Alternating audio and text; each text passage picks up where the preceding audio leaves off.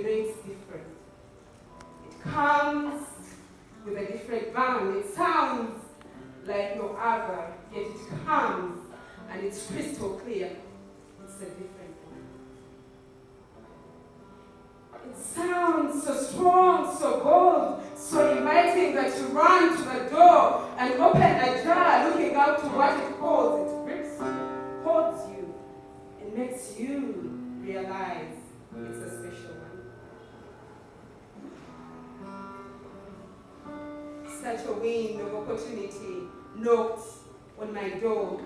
It came running, it hugged me, it touched me from the toes to the last strand of my hair. It shook me up, it held me tight, and it said to me, together we are here. It identified with me, with everything I did. Everything I wanted, I had, and everything it had, I wanted. And here we are, two friends that met out of the blue, yet we stayed. Together, I did all my best I could because of the place I occupy, this place of a woman, this place of a girl, this place of change. That to be the subject, to be the driver of the things I wanted to see change. To be the person that created the new light, the new dawn in the lives of others who, unlike me, could get to where I was. Here was a new opportunity running, chasing after me, holding me and reminding me that I wasn't alone. This opportunity came. I grabbed it. I stayed the course. And here we are. Along the way, I met others.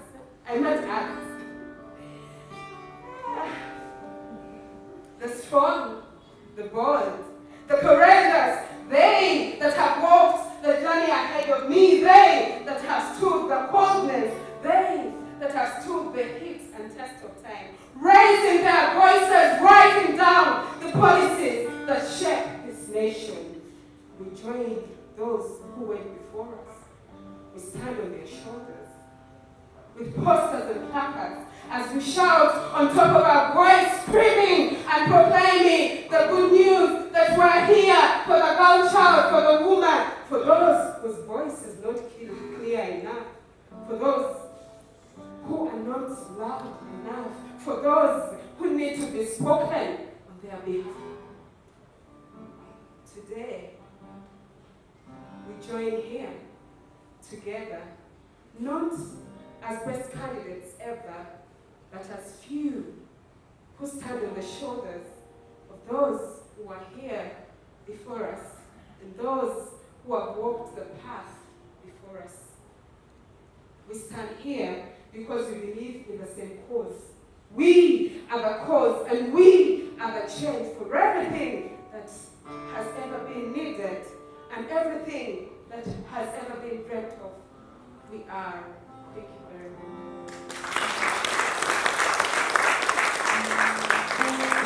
We just want to say we are preparing our children to be the good wife. I was laughing at this notion when I was thinking about this discussion because, first of all, what is a good wife anyway? Because if I'm the one taking care of everything in the home, then why are we still having a discussion of the man has to be the head of the home? And if they are the ones always I am being raised to be the good wife, why should the notion of the good wife be an issue where I am being guided only how to know how to work? Why can't the man also work and be the good husband?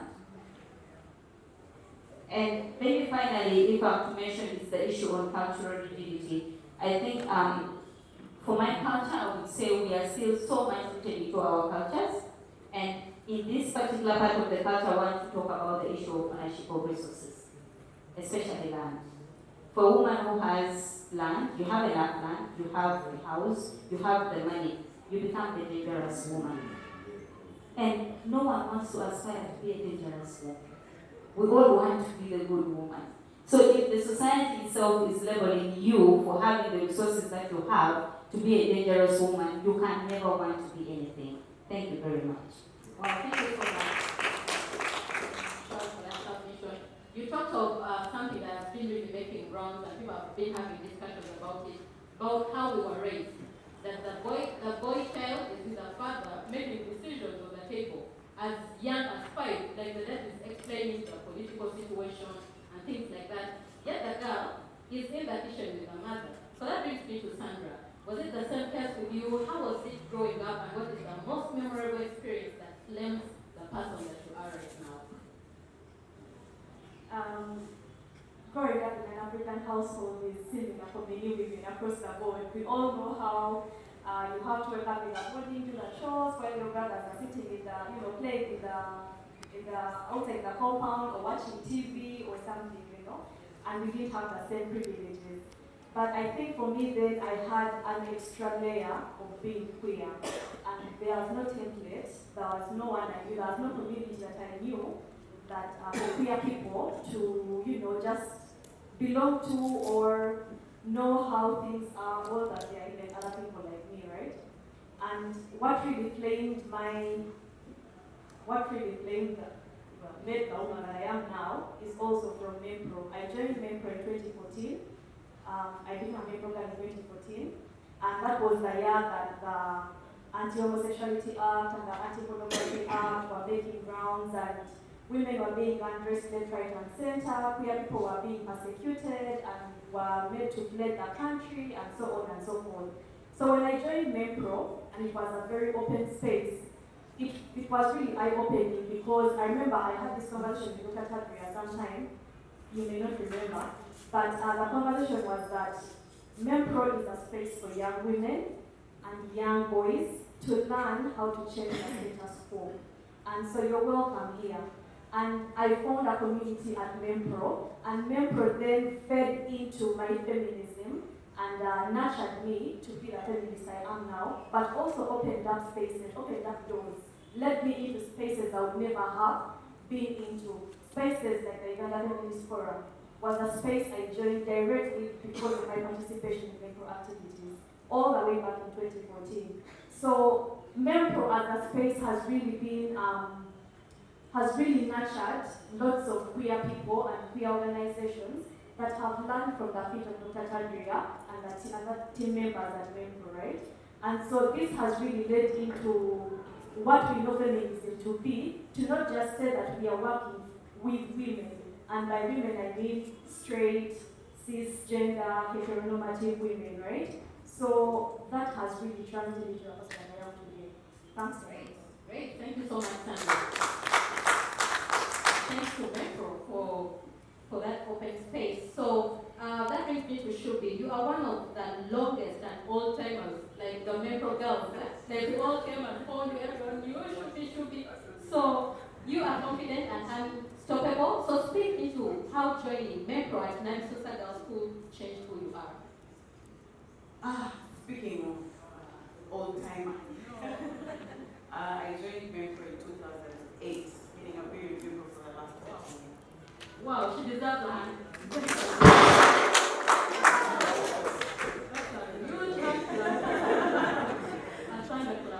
Yes, so being a young leader in Namisusa, that was 2008. I was a deputy head girl. I was chosen to join MEMPROW came to Namisusa, and it was conducting what we call a social survival skills training. So I joined the training, that was in 2008. Basically, the main thing that I got out of this training was self-esteem. Know who you are, discover yourself worth. So my journey with MEMPROW Namisusa, social survival skills, that was 2008. Then I went to campus, that was Makerere University, and then while at Makerere University, because of the different activities that we're having with MEMPROW, I remember those of us who used to attend the teas that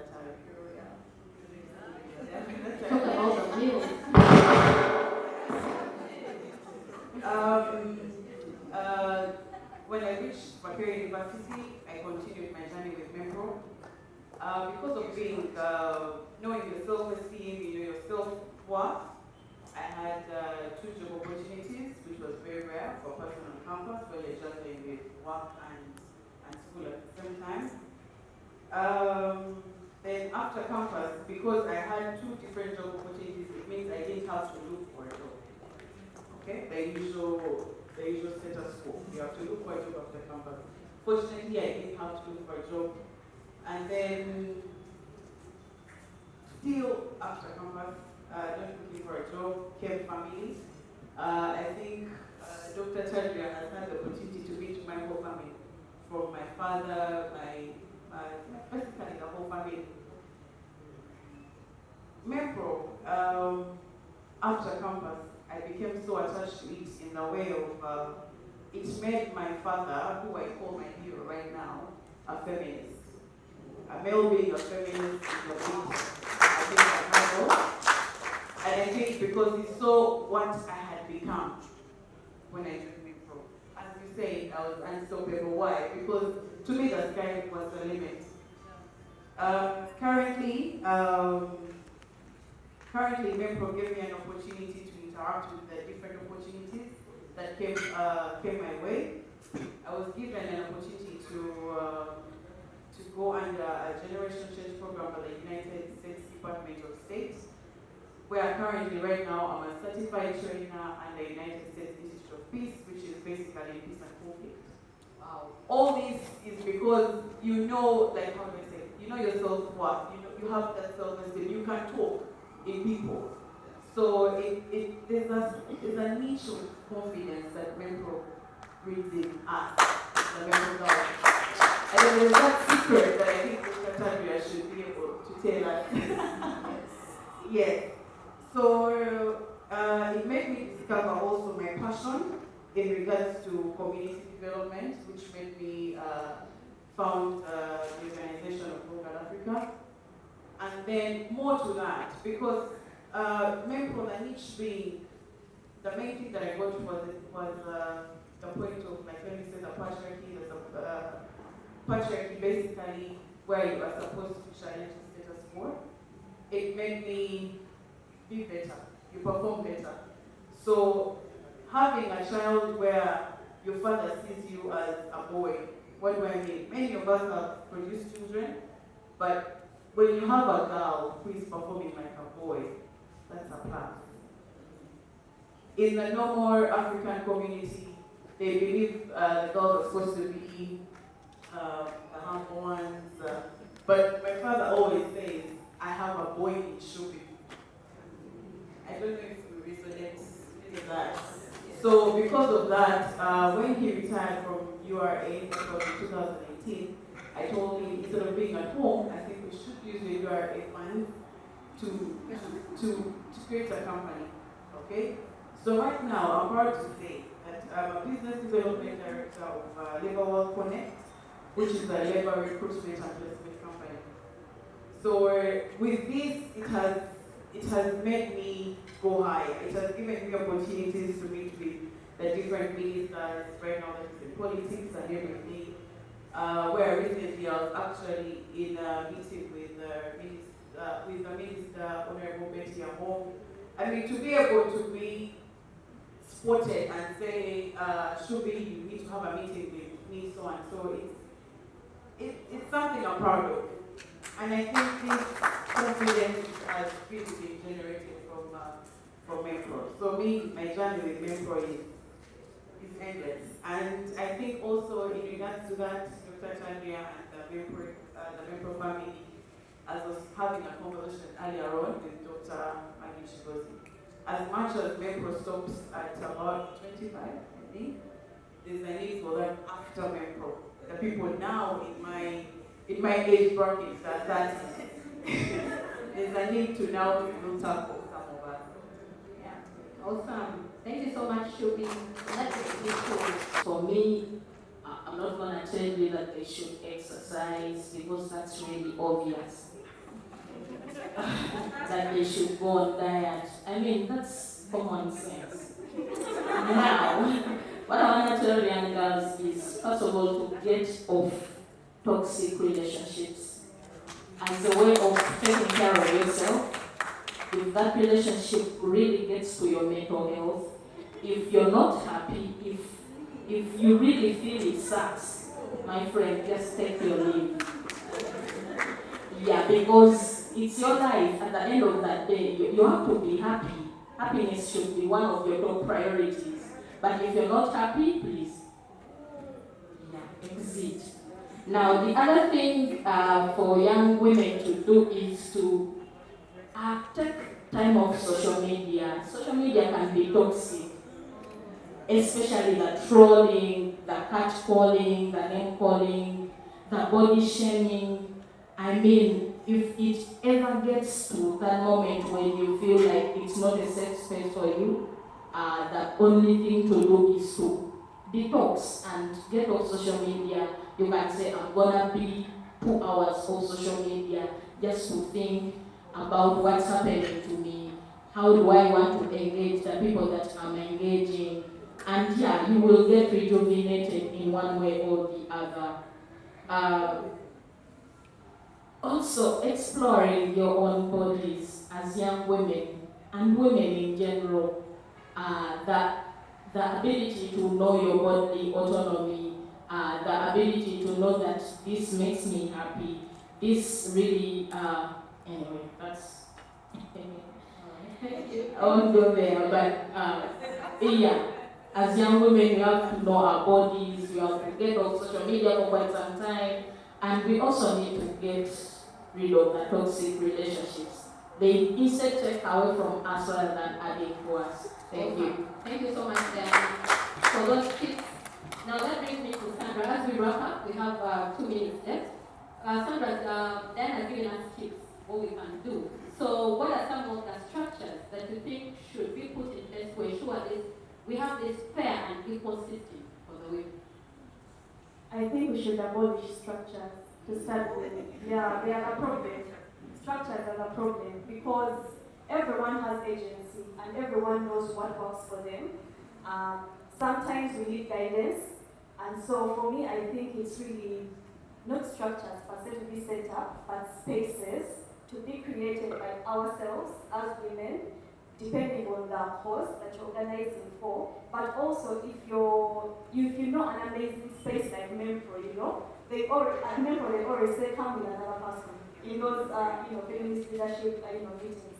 They always tell you, Sandra, if you can come with like 2 other people, come with other people. So I think for me, it's really about knowing such spaces that feed our souls, our feminist souls, but also just feed us as young women, growing up in a world that's very disorganized and patriarchal. But if you know such spaces, or if you can create such spaces, that you do not leave a fellow woman behind. If you know there is a space that works for you, come with another person to that space. Introduce them to that space. And then if that space is feeding you, how are you feeding another person who wasn't able to be in that space?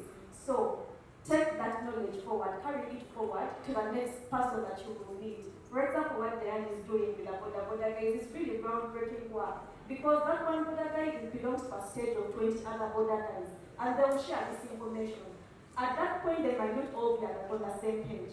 But 2 weeks later, they will know that this needs to change. So it's not really structures per se, it's spaces. We can create these spaces, but also we can let people know about several amazing spaces. Great, and that's our opinion. So she prefers the spaces. He will tell me words like, Hawa, if I lost you, then I would never breathe. Hawa, if I don't have you, then my life has no meaning. Yet he's physically telling the same word to some other 2, 3, or 4 girls. Ignorant girl who soles herself with excitement, while behind her back he exclaims, I've got you. And because he assumes he thinks smarter, he will look out for the smallest mistake you make to become the reason for your breakup. Calls you as like such an insolent, pathetic bitch. And some others that are too strong for my tongue to speak. Innocent girl distorts, for her life is no longer in order. Her mind is filled with regrets only because she believed in yummy, sweet, twisted lies, and now she feels like strangling herself with ties. So I become the next victim. You tell me the same lines you know. Fortunately, you don't know that I know them. What I'm saying is, I am a MEMPROW girl. I am too smart to be seduced by you. I also want to finish high school without any guy calling me his ex, without regrets in my life, without believing in yummy, sweet, twisted lies. However, I want to finish high school with a mind open and a heart less biased, with a cute smile on my face saying I made it, with success opening its gates wide for me, ready to embrace. Because I am an empowered, effective teenager, so don't mess with me. So I come a long way with Hilda, and I have seen her. Actually, Hilda, I want to say you have changed this world.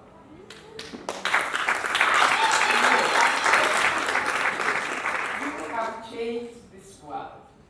And this book, I want to thank Jeffrey in a special way. Don't know where you are, but thank you. There it is. She tells the story of where she started. So we get to know what her childhood was like. I know the family is here. She does tell some secrets in this book. Nothing bad. We get to hear her school life. She loves her teachers. I don't know why I never got to love many. I want also to mention Joyce Mpanga. Thank you for reminding me. Joyce Mpanga is one person, you remember I talked about good behavior. She is one person who focused on good behavior. She would come in class and she would start talking about behaving well. At least I remember that. And I remember just saying, I'm not going to behave badly. Because she was a remainder of good behavior. Social etiquette. Elizabeth calls it social etiquette now. But for me, it's just simple good behavior. Good behavior. So she's one of those. Going back and the book, I'm glad you pressed me. I am here because of a missionary, Miss Homer. She is the one who picked my mother and took her to Gayazi. And Miss Hombe was my first teacher. My mother took me when I was 5 years and handed me over to Miss Hombe and left me in boarding school with her. Unfortunately, Miss Hombe called her after one term and told her, take your child, she's too small. So I'm a school dropout in P1. So that's another great woman. And for a long time, she was like my mother's mentor. And my mother would visit her with me. And so she's one of more of the great women in my life. So in this book, you will see a large number of women that supported her, and you get to know more. We've heard about the husband. We'll not talk about him again. In your book, you explain how you become a feminist. And you know, as feminists, how people look at us. We are those guys who are always fighting, who want to be men, and I don't know, all kinds of things. But I think she has managed to explain a feminist. And also, simplify for us patriarchy. Both concepts that a lot of people. So one of our daughters, our first daughter, Subi Nantege, please come and read that for us. Read it right from the book so that Hilda can have a glass of water and then continue speaking. So we want to know how you become a feminist. We also would like you to make us understand patriarchy. So yes, you need a microphone. Yeah, that they were dealing with, but for which they were unprepared, like most of us. Many of the young women and boys were living under incredibly challenging conditions with guardians and distant relatives. I use the word patriarchy to refer to a social system based on hierarchical social relations, with hierarchy in which power is held by men And through cultural norms and customs that favor women, we hold opportunity from women and facilitate violence against women and girls. Patriarchy is also obsessed with control, where the only men maintain their privileges is by controlling women. The qualities are shown to be possessed by men mark them as control and privilege. Thank you. Okay, so Hilda. So, let me just ask you to read a paragraph of why stand is written, and then I talk about them. Okay. Why is stand written?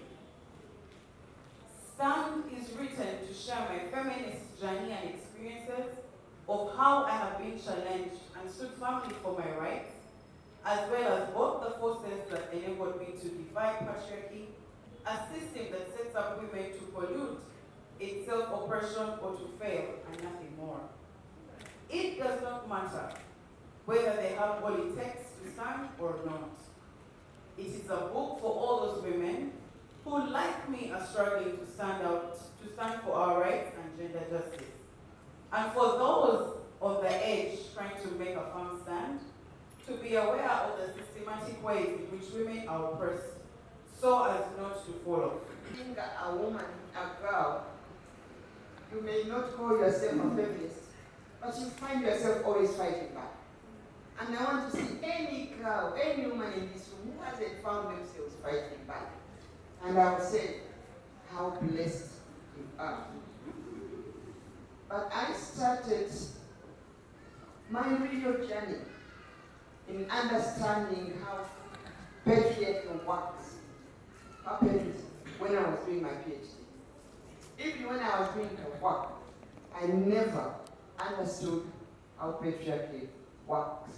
And I'm saying this for the MEMPROW girls who are in this room, because you are the ones who pushed me to write this book. Many of you have asked me, is it really necessary? Is it important to do a PhD? And I never told you yes. I told you how it worked for me. When I did my PhD, I focused on two different areas. Economics in the home, and of course, social relations. And then when you understand how patriarchal social relations is a power structure, it's a class relationship. It is also an oppression relationship, because where there is power, there is oppression. And let me tell you, I had many aha moments during my PhD. I began to see those little arguments my mother was having with my father. I'll give you one big example. My mother, although she was plucked out of school, really educated herself and joined and became a women's leader. So she was always called to go to Samizi to learn new things. And it's a time they invited her for 3 weeks to go away. We were all at home, and you may not probably remember it, Solomon, but I remember every evening she would be saying, I'm going. And my father would be saying, you're not going. I'm going. And my mother, she told me she would pack a week before. She starts packing. I'm going. You are not going. And lo and behold, the morning, she not only went, the morning of going, my father put her in the car and took her. And listen, that's where my idea of stand comes from. She stood. She goes, I'm going. You're not going. And I regret that I didn't ask her how it is that you was the one not to put her in the car and take her. But that for me taught me you can stand up, you can break the norms. And my mother fought so many norms. You can break the norms and and still be respected. And my mother was highly respected. And so when I was taken, I thought, wow, so this is what happens. You can stand up, but these rules are working for somebody. Of course, my father didn't want my mother to go because then he would lose a manager. She didn't have to cook, but she was the manager. Everybody in the home cooked, let me say. But she was the manager of the home. Literally, as the person said here, she was the head of household. Everybody from Kapuchino family knows her. She was the manager. So that was a aha moment, trying to understand how patient works, applying it back in my experiences as a child. And then looking around and seeing how these rules bind us all, women and men. And although I had been working, I then realized that where the change needs to be, and that's what feminism really is about, is to deconstruct and transform the patriarchal relations as a feminist. And that's what makes me a feminist.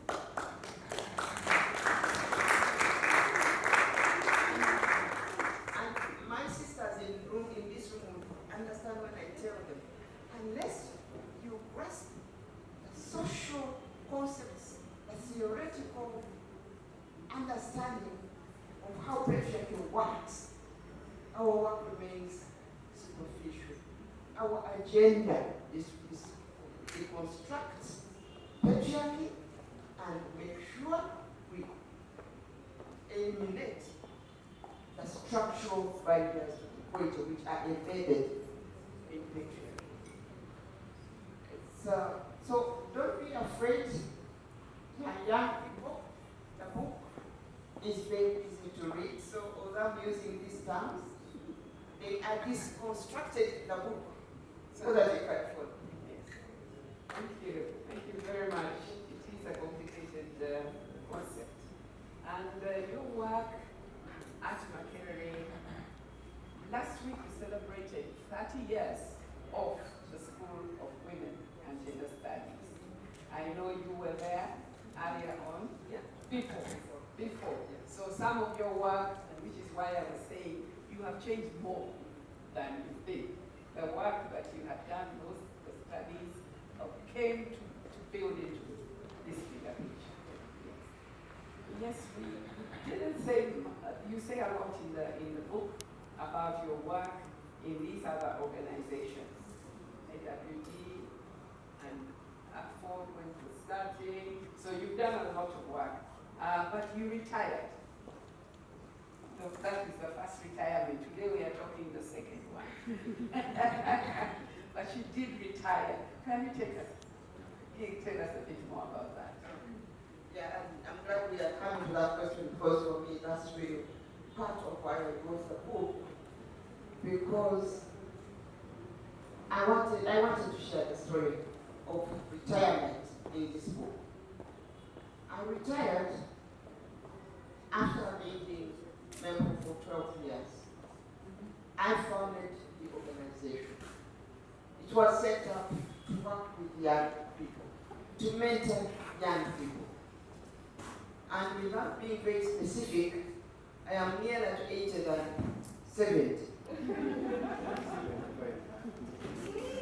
And so, if you are nearly 80 and you haven't groomed people to take over to lead a young women's organization, then you haven't done any work.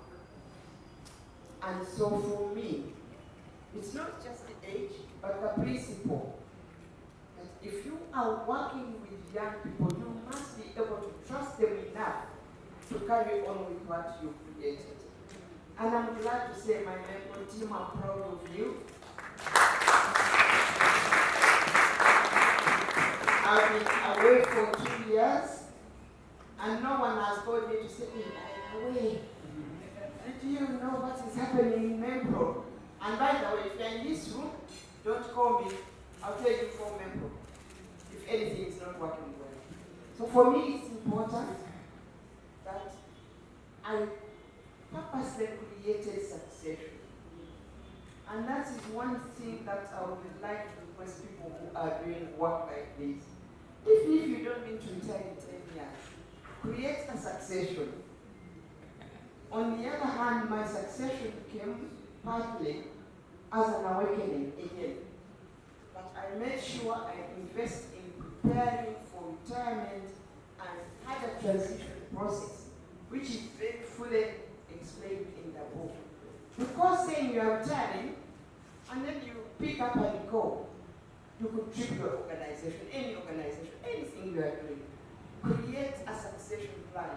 So in MEMPROW, we worked on my retirement from 1917, and I finally left in 2020. What did I say? 2017. In 2016, I lost my champion, my mentor, my partner, just like that. And I remember the same week, I wasn't thinking about losing, I was thinking about MEMPROW. I said to myself, if this had been me, who just went overnight without being sick, MEMPROW would be in a crisis. And I decided there and then that I have to leave. And although I have been building my team, I spent 3 years preparing them to lead. And all the member stakeholders in this room, I'm sure you see that they are leading without me. And so my retirement is real. I don't go to MEMPROW, they don't even call me to go to MEMPROW, and I'm happy with that. But sometimes I check in because I am a parent. I'm a parent, imagine it. When you see me, I'm coming as a parent, not as an evaluator of what you are doing. So the rest can be found, especially those of you managing organizations. How do you prepare your team to not be the only knower in your organization? Because if you are, it is dead. All my team members, I want to say, they knew exactly how the organization runs. They knew exactly how much money comes in, how it comes in, where it is going. The concepts I'm talking about, part of what I did was have training for them, so that what I know, they can know. And that's why I was able to retire comfortably. Excellent. Yes, that's a big challenge for many of us.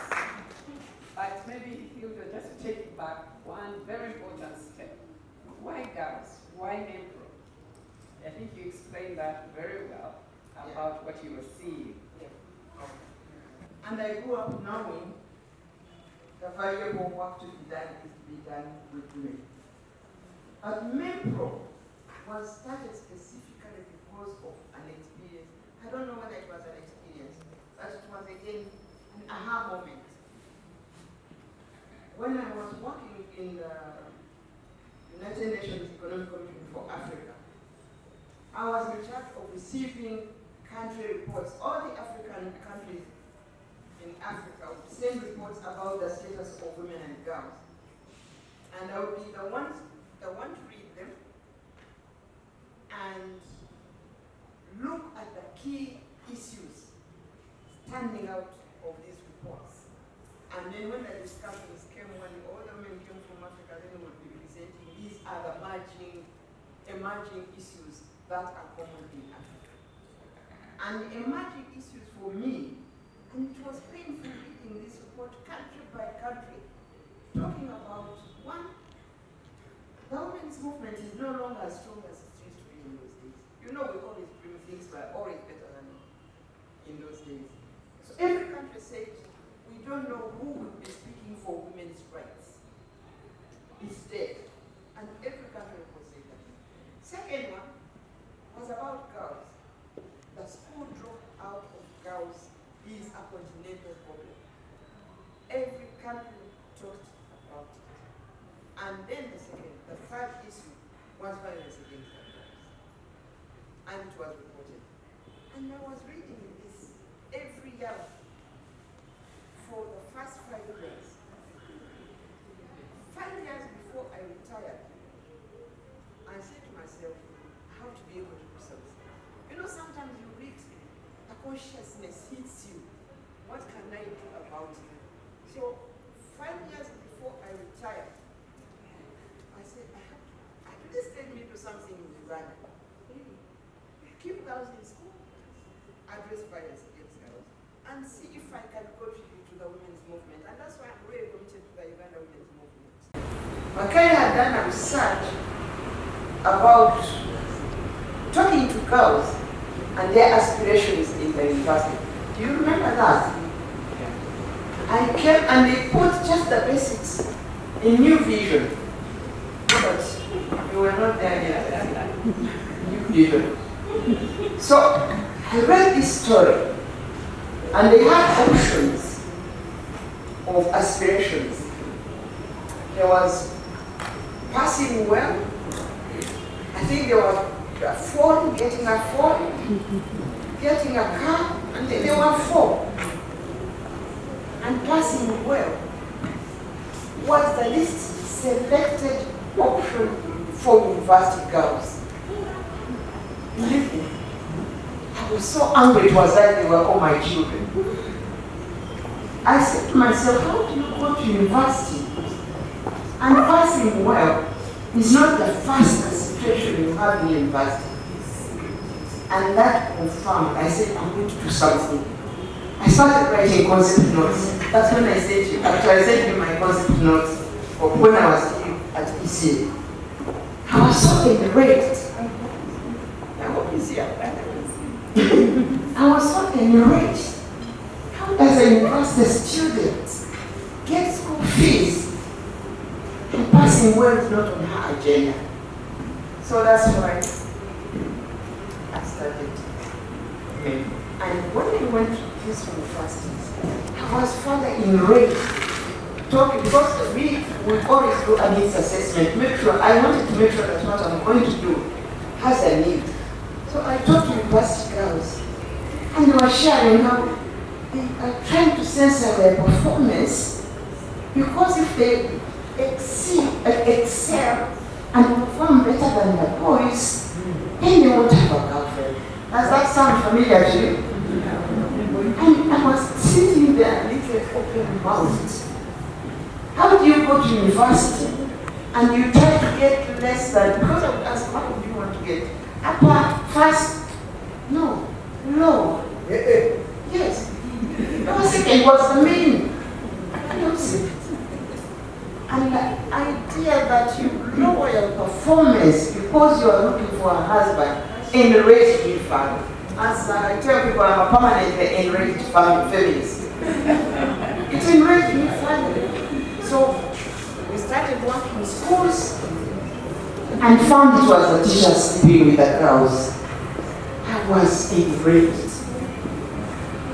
We found up country where Sharon came from, boys in schools already saying that is going to be my wife. In school.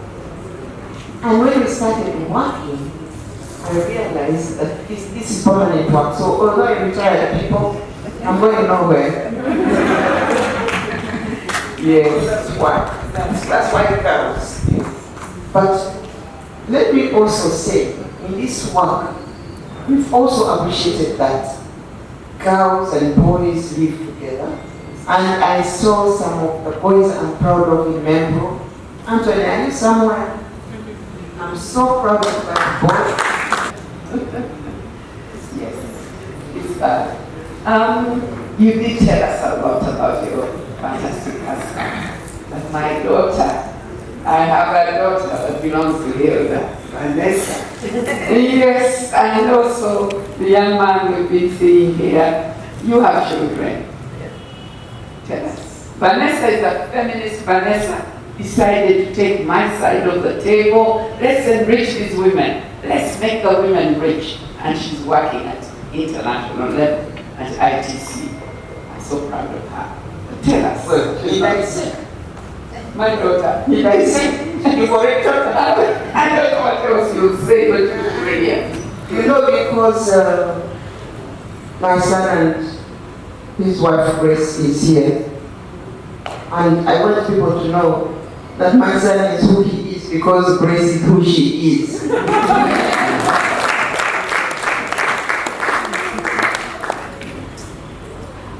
But one thing I'm proud about Patrice, he is a private sector person, and most of his managers are women.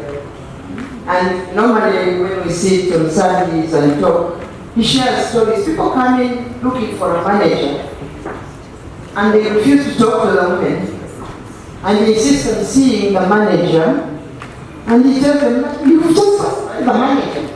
My manager is a woman. And so I know that they are following my footsteps. Vanessa, the reason I talk about her is that because she grew up in a privileged home of feminist parents, it took her long to appreciate that feminism is a real issue. Feminism is something she has to be. And I remember one time telling me, Mama, you exaggerate. But then she joined the workplace.